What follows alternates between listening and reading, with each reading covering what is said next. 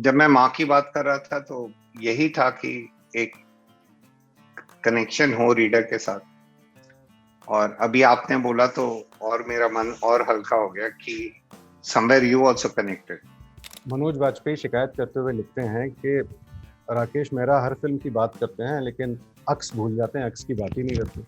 तो ऐसा क्यों है? मनोज को इस शिकायत का मौका नहीं दूंगा। अब मैं जब भी बात करूंगा अक्स की ही अक्स करूंगा। की ही करूंगा। जब आप उनके पास रंग दे बसंती की स्क्रिप्ट लेके जाते हैं तो कहते हैं I thought you are crazy but after hearing your narration I think you are completely nuts. ये ऊंच नीच तो चलती रहती है, गिरोगे नहीं तो उठोगे कैसे। मुझे लगता है पूरी किताब का और पूरी जिंदगी का फलसफा आपकी फिल्मों में आईने बहुत इंपॉर्टेंट रहे हैं। कई इंपॉर्टेंट सीन, चाहे रंग दे बसंती हो, दिल्ली 6 में तो वो फकीरी लेके घूमते थे शीशा, और उसके सीडी के कवर पे भी शीशा था। The only person you need to change is whose face you see in the mirror every day in the morning. एक और को बोला तो घर पे बोल देना हम मनाली जा रहे हैं। क्योंकि आईएसबीटी से टिकट मिल जाता था 17 रुपए का। जो लोग भी इसको देख रहे हैं, पहली फुर्सत में ये किताब ले लें और पढ़ें। हमारे साथ बहुत खास मेहमान हैं, इनकी फिल्में देखी हैं आपने, तारीफ करते रहे हैं उन फिल्मों की।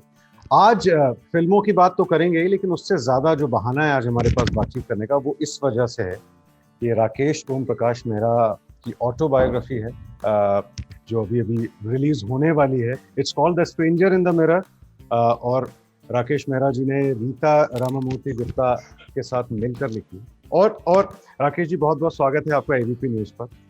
और बिफोर आई स्टार्ट अपने इस किताब पर बात करना, तो जाहिर है ये किताब आपकी ज़िंदगी की किताब है, तो सारी फिल्मों की बातें भी हैं, फिल्में भी हैं।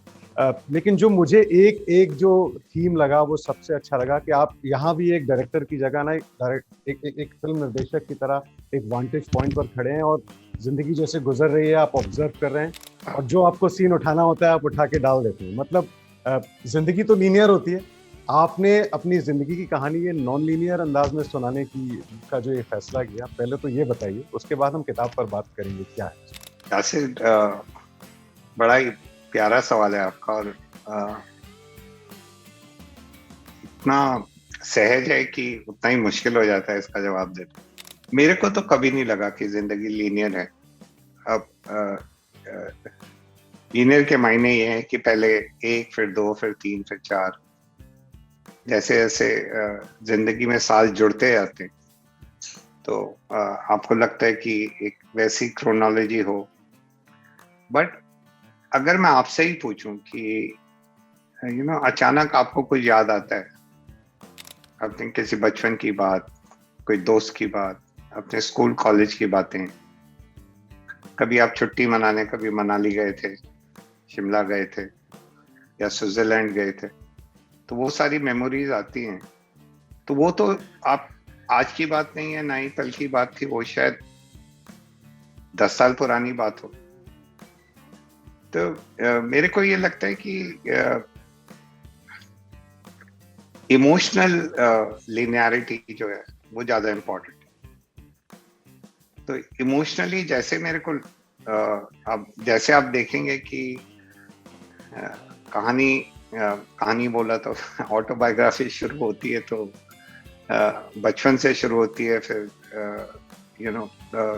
क्योंकि मैं दिल्ली में पढ़ा बड़ा हुआ हूँ, मेरे रूट्स जो हैं पुरानी दिल्ली में, तो जाहिर है वहां से जो पहली फिल्म जुड़ी वो दिल्ली 6 थी। फिर जब कॉलेज की बातें शुरू हुई तो रंग दे बसंती आ गई। तो कॉलेज के मेरे जो दोस्त थे, मित्र थे, यार थे, उन्हीं की झलक, उन्हीं से मैंने बोरो करके वही कैरेक्टर, उनका जो मूल है वो उठा के अपने कैरेक्टर लिखे थे। तो इसलिए मेरे को ये लीनियर नॉन लीनियर कभी समझ में आया नहीं, सच बोलूं। ये बहुत ही फिलोसफिकल आपने आंसर दिया है, और राकेश जी ये बिल्कुल, चूंकि आप ही समझ सकते हैं ये बात, और अब समझ में मेरे भी आ गई कि जब आप यादों में जाते हैं तो जाहिर है लीनियर तो नहीं होती हैं यादें। लेकिन जब आप अपनी यादों में पीछे गए इस किताब को लिखते वक्त, तो सबसे ज्यादा कौन सी याद प्रोमिनेंट थी? वो जो यादों का मोन्टाज आया, वो बचपन में जो क्लैरेजेस होटल के पीछे वाला स्टाफ क्वार्टर था, दिल्ली 6 की गलियां थी, या उसके बाद जब संघर्ष शुरू हुआ, वो क्या चीज थी जो जो सबसे ज्यादा इमोशनली आपको सबसे ज्यादा चार्ज अप कर देती थी इमोशनली? मुझे सबसे खूबसूरत अब मैं आपको बताऊं, वो जो आप अपनी माँ को डिस्क्राइब करते हैं कि उनके 8 हाथ थे दुर्गा की तरह। अब आई चोक्ड अप, मैं बहुत इमोशनल हो गया था कुछ कुछ चैप्टर्स पढ़ के, जबकि उनमें वो ओवरटली इमोशनल चैप्टर नहीं थे। आई थिंक वो इतनी सहज और इतने सिंपल थे that I became emotional while reading them. अ,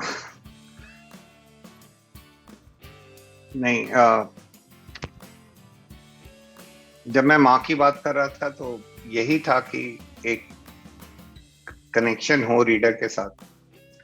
और अभी आपने बोला तो और मेरा मन और हल्का हो गया कि somewhere you also connected with your emotion. तो सबसे ज्यादा जो फेवरेट टाइम रहा है वो बचपन का ही रहा है, और मेरा ही नहीं, हम सबका सबसे ज्यादा फेवरेट टाइम बचपन का ही होता है। और उस सबसे ज्यादा एडवेंचर उसी में होता है कि हर दिन नया दिन होता है, हर रात एक नई रात होती है, फिर एक नया दिन शुरू होता है। तो एक ऐसा कोई हम बंध नहीं जाते उसमें कि 9 से 6 काम पे जाएंगे, फिर वापस आएंगे, फिर ऐसा करेंगे। कुछ भी हो सकता है। और सबसे अच्छी बात ये थी कि उस समय इतनी कनेक्टिविटी नहीं थी। तो अगर हम निकल जाते थे सुबह घर से, जैसे स्कूल निकल गए, फिर वहां से नेशनल स्टेडियम स्विमिंग के लिए चले गए, कोई दोस्त मिल गया तो उसके घर पहुंच गए, तो कोई बताने का तरीका नहीं था। घर पे फोन भी नहीं था कि फोन करके मैं लेट आ रहा हूँ या कुछ। तो ऐसा भी हुआ है। मजे की बात, मेरे साथ एक बार तो ऐसा भी हुआ कि कॉलेज में था मैं, Shri Ram college of commerce Delhi university में। तो हम 4-5 दोस्त थे और बोला कि तेरी जेब में कितने पैसे हैं, तेरी जेब में कितने पैसे हैं। तो देखा कुल मिला के कुछ 200-250 रुपए हो गए। किसी के पास एक दिन कोई 100 रुपए लेके आ गया था। तो यार एक और को बोला तो घर पे बोल देना हम मनाली जा रहे हैं। क्योंकि आईएसबीटी से टिकट मिल जाता था 17 रुपए का, तो ऐसे भी निकल जाते थे हम लोग। तो इसमें ये जो माँ बाप का प्यार ही था और उनका ट्रस्ट था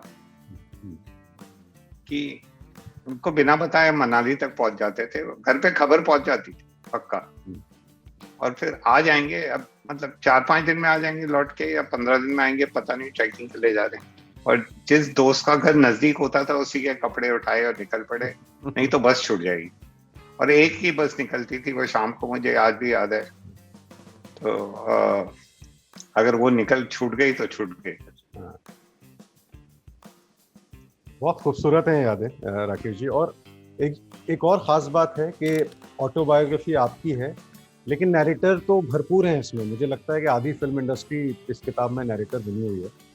एक जगह मनोज वाजपेयी शिकायत करते हुए लिखते हैं कि राकेश मेहरा हर फिल्म की बात करते हैं लेकिन अक्स भूल जाते हैं, अक्स की बात ही नहीं करते। तो ऐसा क्यों है? और ये सवाल इसलिए भी पूछ रहा हूँ कि मेरे ख्याल से अक्स के बाद रंग दे बसंती और फिर भाग मिल्खा भाग, आई थिंक ये सबसे सेलिब्रेटेड फिल्म्स हैं आपकी। लेकिन आप जब शुरू करते हैं अपनी फिल्मी जर्नी इस किताब के अंदर, अपनी जिंदगी की किताब के अंदर, तो सबसे पहले दिल्ली 6 आती है, जो एक फ्लॉप फिल्म थी। उस वक्त अच्छे रिव्यूज भी नहीं मिले थे, और मैंने जब वो चैप्टर पढ़ा तो अब पूरा पर्सपेक्टिव समझ में आया कि कितनी चोट पहुंची थी आपको उस वक्त जब वो कामयाब नहीं होती बॉक्स ऑफिस में। तो ये मनोज वाजपेयी के सवाल अक्स से लेके दिल्ली 6 तक, ये जो बात है दिल्ली 6 से शुरुआत, इस पर मैं जानना जरूर चाहूंगा। मनोज वाजपेयी का कहना एकदम सही है। वो यारों के यार हैं, और मेरे तो उनके साथ रूहानी रिश्ता है। तो वो तो मुझे कुछ भी बोल सकते हैं, थप्पड़ भी मारेंगे तो मैं हंस दूंगा। तो प्यार से ही मारेंगे। तो नहीं, मेरे से अभी आप बात कर रहे हैं, जैसा कॉन्वर्सेशंस होती हैं, जैसे पूछा जाता है, आउट ऑफ टर्न तो मैं कोई बातें करूंगा। शायद इसलिए भी कि अक्स कुछ 21 साल पुरानी फिल्म हो गई है। तो उस समय जो 10 साल का था वो आज 30 साल का हो गया, शायद उसने तभी ना देखी। As such. वैसे अक्स का एक छोटा सा फैन क्लब है जो जुड़ा रहता है हमेशा फिल्म के साथ। सिर्फ इंडिया में ही नहीं, जब भी मैं बाहर ट्रैवल भी करता हूँ तो बहुत लोग मेरे को बताते हैं कि अक्स आपकी समय से आगे की फिल्म थी, मतलब you made it before time and all that, it's my favourite. बिल्कुल। अब मैं मनोज को इस शिकायत का मौका नहीं दूंगा। अब मैं जब भी बात करूंगा अक्स की ही करूंगा। और दिल्ली 6 से दिल्ली 6 जब नहीं चली, तो वो अब दर्द खत्म हो गया है राकेश जी, या है? नहीं, बिल्कुल एकदम। क्या होता है कि हमारा काम है काम करना, चलना ना चलना, वो उसका क्या रिजल्ट आएगा वो शायद मेरे हाथ में नहीं। Specially with the kind of subjects, you know. मुझे आज भी याद है कि जब हम रंग दे बसंती रिलीज हो रही थी तो एक बहुत बड़ी मैगजीन में एक आर्टिकल आया था, it's a train hurtling down to crash. Oh my God. So हाँ, ये सब होता रहता है। तो जब दिल्ली 6 से मेरे को जितना मिला है, शायद सारी फिल्मों को जोड़ दिया जाए तो शायद उतना नहीं मिलेगा, क्योंकि आपने जी जान से मेहनत की, आप जो कहना चाहते थे आपको कहने का मौका मिला। आपके पास बेहतरीन एक्टर्स थे, पूरी एंसॉम्बल कास्ट थी। मतलब एक सेट पे एक टाइम पे कुछ 17-18 एक्टर होते थे। उसमें सबसे कम उम्र की सोनम कपूर भी थी, तो सीनियर्स में वहीदा रहमान भी थी। अगर अभिषेक बच्चन थे तो ओमपुरी और प्रेम चोपड़ा भी थे। और बीच में तो अतुल कुलकर्णी, दीपक डोबरियाल, के रैना सर, विजय राज, मतलब Divya Dutta, Pawan Malhotra, the list was like on going and on going. और उसके ऊपर ए आर रहमान का संगीत। तो और फिल्म क्योंकि मेरे बचपन से जुड़ी हुई थी, और मेरी जो बचपन की यादें थी वही थी। और कहीं ना कहीं it was also autobiographical, it was biographical, not autobiographical. And Vaida ji was playing my mother's part, क्योंकि माँ हमेशा बोलती थी कि अभी ये काफी मन उग गया, पुरानी दिल्ली जाके एक घर ले लेते हैं वापस। तो you know, the fish wanted to go back to the waters. और आपने उनको वही नाम दिया था जो आपकी मदर का था, अन्नपूर्णा। हाँ। So हाँ, उस टाइम डिप्रेशन में तो गया था मैं, और काफी दिल पे ले ली थी बात। तो बाद में समझ में आया कि यार ये ऊंच नीच तो चलती रहती है, गिरोगे नहीं तो उठोगे कैसे। और हर चीज दिल पे तो वो हाँ, तो उसको हर चीज को इतना दिल से नहीं, थोड़ा सा इतना भी होना चाहिए कि आप अपने काम से थोड़ा अलग हटके अपने आप को देख सको, अपने काम को देख सको। और अगर कहीं उसमें कोई कमी रह गई है तो आपको एक मौका और मिलेगा, नहीं मिलेगा तो मौका पैदा कर लेना उस कमी को पूरा करने का। बहुत खूब। और मेरी छोटी सी याद है राकेश जी, मैं नया रिपोर्टर बना था, और मेरा जो पहला एक प्रीमियर कवर करना होता है ना, वो दिल्ली में ही था मैं, और वो प्रिया में हुआ था, साउथ दिल्ली में, जहाँ आप थे उधर। मैं था, और मैं आपसे एक सीट पीछे मुझे मिल गई थी। तो मेरा फिल्म पे ध्यान ही नहीं था, क्योंकि आपके साथ मिस्टर बच्चन बैठे हुए थे, एक तरफ अभिषेक बैठे हुए थे, तो मैं पीछे से आप लोगों को देख रहा था। तो मैं बहुत ही छोटा सा था, कॉलेज से निकला था तब। और मेरी ये याद है, और कुछ सीन्स याद हैं, वो जो फकीर शीशा दिखाता है, वो उस वक्त मुझे बहुत पसंद आया था। पूरा समझ में नहीं आया था, बाद में देखी तब थोड़ा थोड़ा समझ में आया, लेकिन कुछ बहुत खूबसूरत सीन्स थे उसमें। तो मैं समझ सकता हूँ कि जब इट डिडंट वर्क तो आपको कैसा लगा। और आप वो जो पूरी किताब पढ़ते हुए भी लगा, जैसे आपने कहा कि मनोज के साथ आपका रूहानी रिश्ता है, मुझे लगता है आपने जिन लोगों के साथ भी काम किया उन सबके साथ आपका रूहानी रिश्ता है।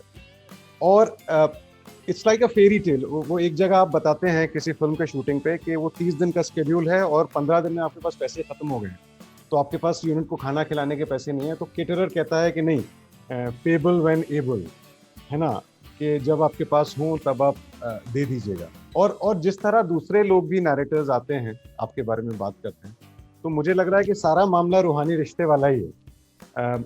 बहुत अच्छा अभिषेक कहते हैं उसमें कि जब आप उनके पास रंग दे बसंती की स्क्रिप्ट लेके जाते हैं तो कहते हैं I thought you are crazy but after hearing your narration I think you are completely nuts. ये और आप ये लिख भी रहे हैं चैप्टर्स में, मुझे पढ़ के बड़ा मजा आ रहा था कि ये इस तरह की बातें मतलब और बहुत मजेदार, ये बिल्कुल एक दोस्ती वाले लेवल पे हो रही थी। तो ये आपके अप्रोच की बात है, आपको इतने साल हो गए फिल्म इंडस्ट्री में, क्योंकि मैंने इस तरह का नरेशन एक्चुअली किताबों में नहीं पढ़ा, बहुत फॉर्मल हो जाते हैं लोग, लेकिन आपने बहुत इसको सरल और सच्चा रखा है। सबसे अच्छी बात यही है।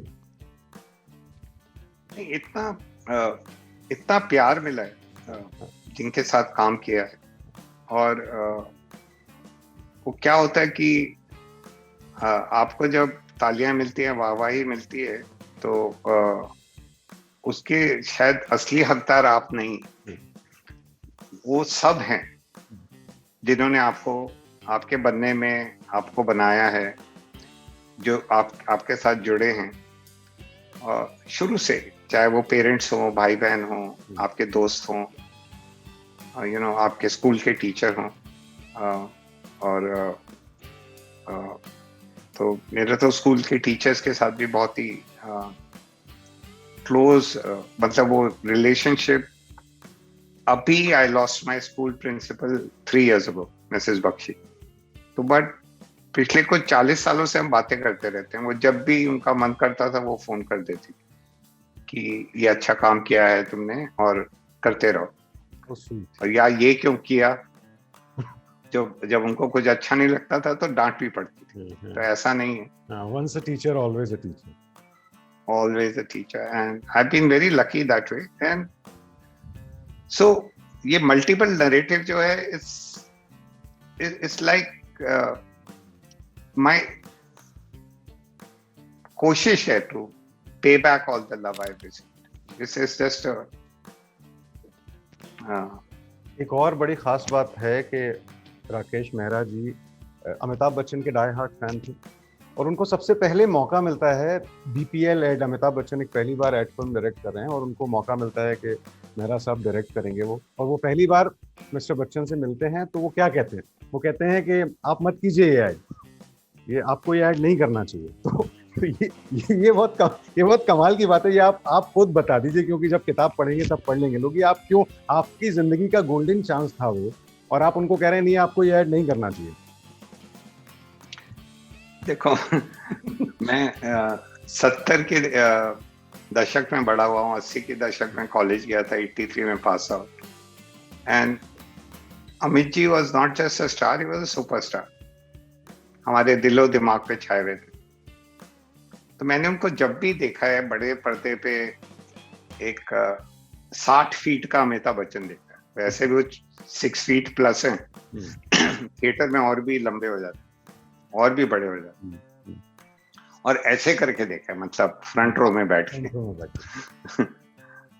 अब जब मौका मिला कि उनके साथ ऐड बनाना है, उन्होंने आज तक कोई ऐड बनाया नहीं था, और मैंने कई ऐड बनाए थे, तो मुझे ऐड फिल्म का मालूम था कि यार ये तो हम कुछ बेच रहे हैं। तो मैंने कहा अमित जी, आप अभी तक आपने हम सबको कंट्रोल किया है अपनी अदाकारी से, अपनी उनके ऐसा नायक शायद ही कभी हुआ है या होगा या है। अब मेरे हाथ में रिमोट होगा, आपका ऐड आएगा, मैं बदल दूंगा, तो अभी आप मेरे कंट्रोल में आ जाओ, तो आप मत करो ये ऐड। मेरे को हाफ ऑफ मी तो बहुत थ्रिल्ड है कि मुझे अमिताभ बच्चन के साथ ऐड बनाने का मौका मिल रहा है, वो भी पहला ऐड उनका। बट आधा मेरा सच्चाई ये है कि मुझे अंदर से कुछ मन नहीं मान रहा है, तो वो हंस पड़े।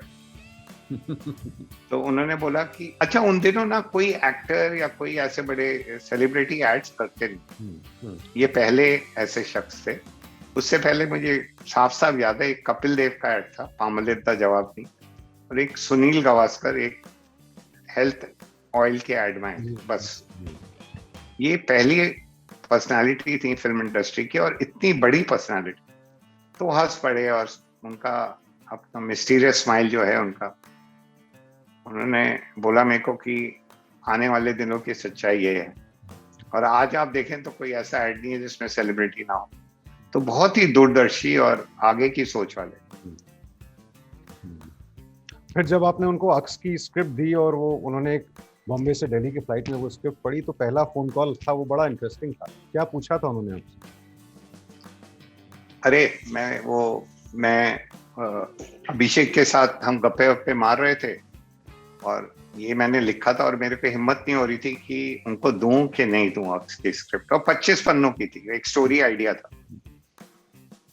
तो तभी दरवाजा खुला और उन्होंने बोला, hey guys, so I am going to Delhi. तो पता नहीं किस पागलपन में मैंने बोला, Amit ji, in flight entertainment, ये समय मिले तो पढ़ लेना। फिर मैं घर आ गया और नए नए मोबाइल इन्वेंट हुए थे, कुछ मतलब 1 आध 2 साल ही हुए थे कि हाथों में मोबाइल आया था हमारे। उनकी फ्लाइट लैंड हुई और उनका नंबर फ्लैश हुआ और उनकी डीप भारी भरकम आवाज, हेलो राकेश सर, अमित जी, और पीछे प्लेन की आवाज आ रही थी कि हमारा हवाई जहाज अब दिल्ली के एयरपोर्ट पे लैंड कर चुका है, सीट बेल्ट बांध के रखिए। तो जी सर। तो अब ये रात को कुछ 11:30-12 की बात है, उन्होंने लेट नाइट फ्लाइट ली थी। तो जब लैंड हुई, जो भी था, 8:30 की फ्लाइट थी, 10:30-11 बजे लैंड हुई। तो he said, what were you drinking when you wrote Ux? मैंने कहा, सर, रम एंड कोक। तो कहते, let's do it। कमाल है। उस let's do it ने एक डायरेक्टर को जन्म दिया। जिंदगी बदल दी।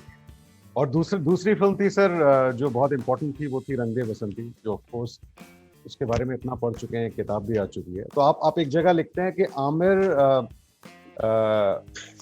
And A.R. Rahman were A's of RDB and Bharti and Vinod Pradhan were B's। तो ये जो इनकी अहमियत है, ये A और B's की आपकी जिंदगी में, एक A भी तो आपने सुना दिया, अमिताभ बच्चन। अब ये दूसरे वाले A B's की अहमियत पे भी कुछ बताइए, क्योंकि काफी है ये लोग आपकी कहानी में बहुत प्रोमिनेंटली फिगर करते हैं। जी बिल्कुल। रंग दे बसंती की बात की तो बात हुई अभी। तो रंग दे बसंती बनते बनते नहीं बन रही थी। कभी कुछ हो जाता था, कभी पैसे नहीं ऑर्गेनाइज होते थे, कभी जो मेरे ओरिजिनल प्रोड्यूसर्स थे वो परफॉर्म नहीं कर रहे थे। फिर वो उसमें एक लंदन चले गया, तो मैं अपनी जेब से पैसे डालता जा रहा था और डेट्स पे डेट्स 3 बार शूटिंग कुछ उसकी कैंसिल हुई सेट होने के बाद, क्योंकि पैसे ही नहीं थे। बट और आमिर को सब बोल रहे थे इंडस्ट्री में कि आमिर मुझे अब भी बताते हैं कि यार, तेरे को अगर ये पसंद है तो तू अगले साल कर लेना, अभी हमारी फिल्म कर ले, क्यों अपनी डेट्स वेस्ट कर रहा है। तो उसने बोला, नहीं, अगर अभी मैंने ये फिल्म पोस्टपोन कर दी तो शायद ये फिल्म नहीं बने, क्योंकि उसका साथ में होना मेरे को हौसला दे रहा कि यार लगे रहो, ये जुड़ा हुआ है आमिर इसके साथ। तो और मैं ही लेके गया था, अब मैं पीछे हट जाऊंगा तो कैसे चलेगा। तो हम लगे रहे and he was like the pillar और रंग दे बसंती, और आखिर तक वो जुड़े रहे, मतलब एकदम। और अभी भी तो रंग दे बसंती ने रंग दे बसंती तो दी, बट आमिर जैसा एक दोस्त भी दिया, और उन्होंने बड़े प्यार से किताब का एपिलॉग लिखा है। जी, बहुत खूबसूरत है। और उनका सिग्नेचर जो उनका ह्यूमर है वो उसमें झलकता है, और प्यार भी झलकता है पूरी तरह है। मैं चाहूँ तो पढ़ के सुना दूं, लेकिन मुझे लगता है पढ़ लेंगे रीडर्स को ज्यादा अच्छा होगा। नहीं, आप 4 लाइनें जरूर पढ़े ना। मैं उससे पहले मैं आमिर का पढ़ूंगा, लेकिन मैंने जो रखा था, जो इसकी शुरुआत करते हैं, क्योंकि ये मुझे पता नहीं था कि जो देख रहे हैं हमको व्यूअर्स, उनके लिए भी बता दूं कि राकेश ओम प्रकाश मेहरा जी डायरेक्टर तो हैं ही, राइटर भी हैं, कवि भी हैं। तो बीच बीच में कविताएं हैं जब सेक्शंस ब्रेक होते हैं। तो शुरू जो होती है ये किताब, ये एक दिन नाम से राकेश मेहरा लिखते हैं, 4 लाइनें हैं। तो तो एक दिन निकल पड़ा मैं, आप ही अपने को ढूंढने, पगडंडी मिली निकल पड़ा, छाँव मिली तो सो गया, तारे सोए तो उठ पड़ा, फिर चल पड़ा। तो इन इन इन लाइनों के साथ सर ये कविताएं आप लिखते हैं तो कविताओं की किताब भी तो होनी चाहिए जब। अरे बाप रे बाप, आप कैसी बात कर रहे हैं। बहुत अच्छी सवाल ही नहीं पैदा होता है यासिर जी। मतलब आप ये इसको तुकबंदी बोलते हैं, कविता नहीं नहीं नहीं, अच्छा बोलते। है सर, ये ख्यालात हैं। कविता हाँ कविता गुलजार भाई लिखते हैं, हाँ कविता साहिल लुधियानवी लिखते हैं, और कविता जावेद अख्तर लिखते हैं। और मतलब जो एक थोड़ा बहुत आधा अधूरा काम आता है डायरेक्शन का, स्टोरी लिखने का, वही अच्छी तरह से नहीं होता। आप कविता में मेरे को डालेंगे तो बहुत मुश्किल हो जाएगी। नहीं नहीं, मुश्किलों से तो आप तो बढ़ते रहे सर, इसमें तो कोई एक बड़ा बढ़िया सा जो मुझे और पता चला कि शूटिंग में क्या क्या आप लोग करते हैं, कि वो आपको वहाँ फोर्ट पे रंग दे बसंती के सरसों की जरूरत है, तो सरसों के बीज डाले जाते हैं और प्लान किया जाता है कि 4 महीने बाद जब हम शूट करेंगे तो सरसों की खेती लहला उठेगी, जो किसी वजह से नहीं होती। तो फिर आप क्या करते हैं, ये आप बताइए हमारे व्यूअर्स को। अरे बसंती और सरसों वो रंग वही है। तो मेरा था कि यार फिल्म का जो क्लाइमैक्स है वो जब सारे लड़के मर जाते हैं, उनका एक एक्सपीरियंस है आफ्टर लाइफ का। तो अगर स्वर्ग होगा या हेवन होगा या जो भी होता है वो कैसा होता है, तो मैंने उसको बसंती से ही कनेक्ट किया और बोला कि सरसों के खेत में शूट करता।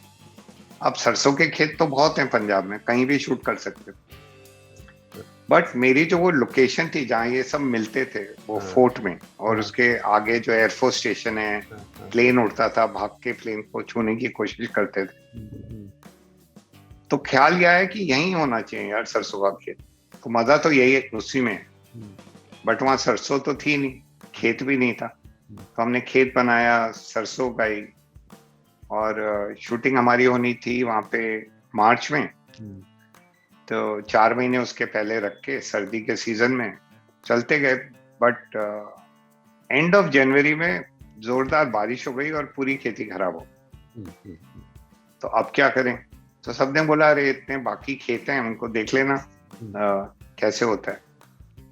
तो वो मेरे को वो बात समझ में आई नहीं, तो हम एग्रीकल्चर इंस्टीट्यूट गए चंडीगढ़ के, और उनको बोला कि आप सरसों को ट्रांसप्लांट कर दीजिए।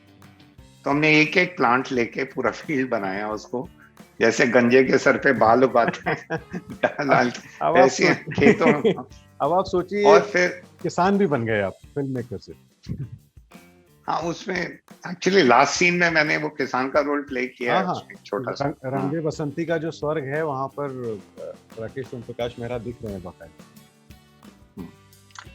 नहीं, और कोई था नहीं उधर, और जिसको एक्टिंग करनी थी वो पहुंचा नहीं, तो मेरे को कपड़े पहना दिए, दाढ़ी लगा दी, बोला बैठ जाओ कैमरे के आगे और एक लाइन बोलनी है बोल देना। बहुत बढ़िया, बहुत ही बढ़िया था वो। और मतलब वो मैं बड़ी देर तक सोचता रहा कि कितनी एडवांस प्लानिंग थी और पूरा सब कुछ था, तो जबरदस्त। और आपकी पत्नी के बारे में आपने लिखा है, Bharti the B of your life, वो भी बिल्कुल फोर्स रही हैं पूरी आपकी फिल्म मेकिंग जर्नी की और जिंदगी, जो इस किताब में झलकता है।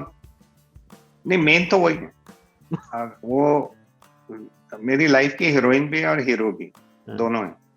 मैं जो हूँ एक वो साइड एक्टर कॉमेडियन होता है वो हूँ, तो हीरो और हीरोइन का श्रेय उन्हीं को जाता है पूरा। और मतलब she is the reason to be, that's the chapter which I've named, कि अगर मेरा कोई होने का कोई रीजन है तो वो भारती है। और and she is not only supported, एक तो होता है सपोर्ट करना कि मतलब यार ये बुरे टाइम से जा रहा है, जो उन्होंने किया। 7 साल तक मेरे पास कोई काम नहीं था, तो उन्हीं की तनख्वाह से घर चलता था। उसके बाद भी फिल्म हिट होती थी, फ्लॉप होता था, पैसे खत्म हो जाते थे, उन्होंने कभी नहीं कहा अरे चलो घर को सिटी बैंक को दे दो, पैसे लेके फिल्म शुरू कर। उन दिनों ऐसे ना स्टूडियोज और ये आज के जैसा कॉर्पोरेट फंडिंग कुछ हमें आता नहीं था। दिल्ली से आए थे वो, बैंगलोर से आई थी, तो कुछ इतना आइडिया था नहीं। जिसको बोलते हैं moral force, not just a force, वो है उनमें और आज भी है। और मतलब मतलब मेरे ऐसे आदमी के साथ इतना आसान नहीं है निभाना, मतलब जो अपने ही दिमाग में घूमता रहता है।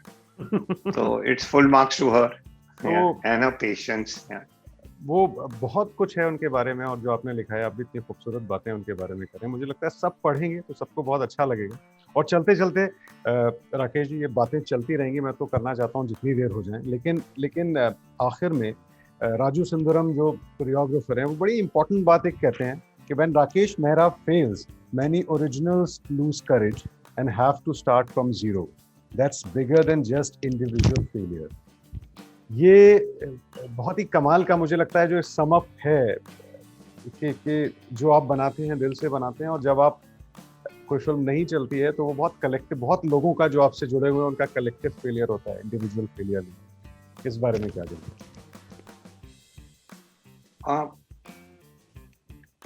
नहीं, राजू सुंदरम ने बहुत ही प्यार से, बहुत ही दिल से बात बोली और बहुत उन्होंने नजदीक से देखा। वो मेरे साथ जुड़े थे अक्स के दौरान, उससे पहले जो मैंने म्यूजिक वीडियो बनाए थे अमित जी के साथ, ईर बीर पत्ते और कभी कभी, तो वहीं से राजू के साथ सफर शुरू हुआ था और आज तक चल।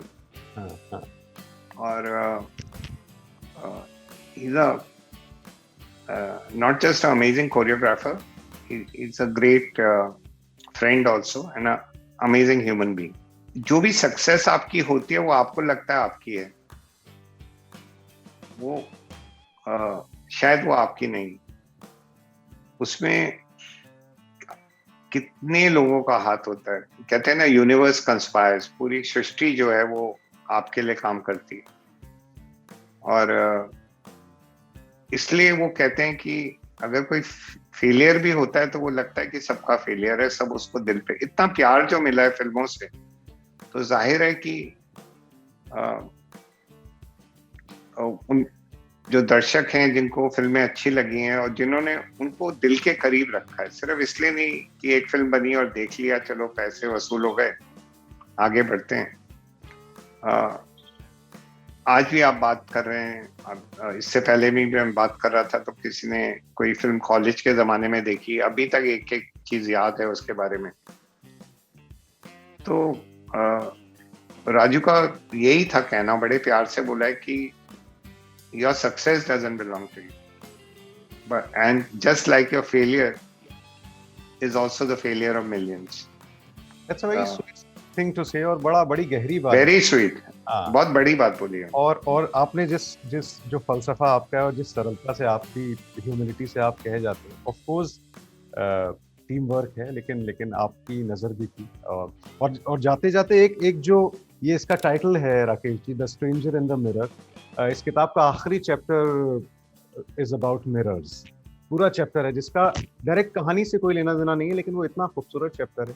मुझे लगता है पूरी किताब का और पूरी जिंदगी का फलसफा, आपकी फिल्मों में आईने बहुत इंपॉर्टेंट रहे हैं, कई इंपॉर्टेंट सीन, चाहे रंग दे बसंती हो, दिल्ली 6 में तो वो फकीर ही लेके घूमते थे शीशा, और उसके सीडी के कवर पे भी शीशा था। तो ये जो आईनों की अहमियत है जिंदगी में, वो मेरे ख्याल से ये जो पूरा टाइटल है वो पूरा जस्टिफाई करती है। तो जाते जाते बस मिरर्स के बारे में। अरे बहुत ही अजीबोगरीब चीज है आईना, और बहुत ही प्यारी चीज। मतलब अगर पहिए के बाद कोई चीज बनी है तो आईना बना है, मेरे ख्याल से in the greatest inventions of mankind, क्योंकि उसमें आपको आपको, मेरा ये मानना है कि if you want to change anything, हम सब चाहते हैं ना कि ये बदले, ये शर्ट बदल लूं, ये खाना क्यों है ये बदल लूं, वहां क्यों जा रहा हूँ, अपना मतलब हर चीज में हम चाहते हैं कि ये ऐसा क्यों है, ऐसा क्यों है, इसको बदलो। The only person you need to change is whose face you see in the mirror every day in the morning. अगर आपने उसको बदल लिया और उसकी जिम्मेवारी ले ली, एक दिन में पूरी दुनिया बदल जाएगी, क्योंकि सब अपनी अपनी जिम्मेवारी ले लेंगे। आप औरों की इतनी चिंता ना करें बदलने की, अपने आप को बदलिए बस। अपने अंदर झांक के देखें। तो बहुत ही खूबसूरत बात कही। वो चैप्टर भी उतना खूबसूरत है राकेश जी। बहुत बहुत शुक्रिया हमसे बात करने का। और जो लोग भी इसको देख रहे हैं, पहली फुर्सत में ये किताब ले लें और पढ़ें। जितना मजा राकेश जी की फिल्मों को देखने में आता है, उतना ही इस किताब को पढ़ने में आएगा, उससे ज्यादा आएगा। हमसे बात करने का बहुत बहुत शुक्रिया Rakesh ji. Thank you so much.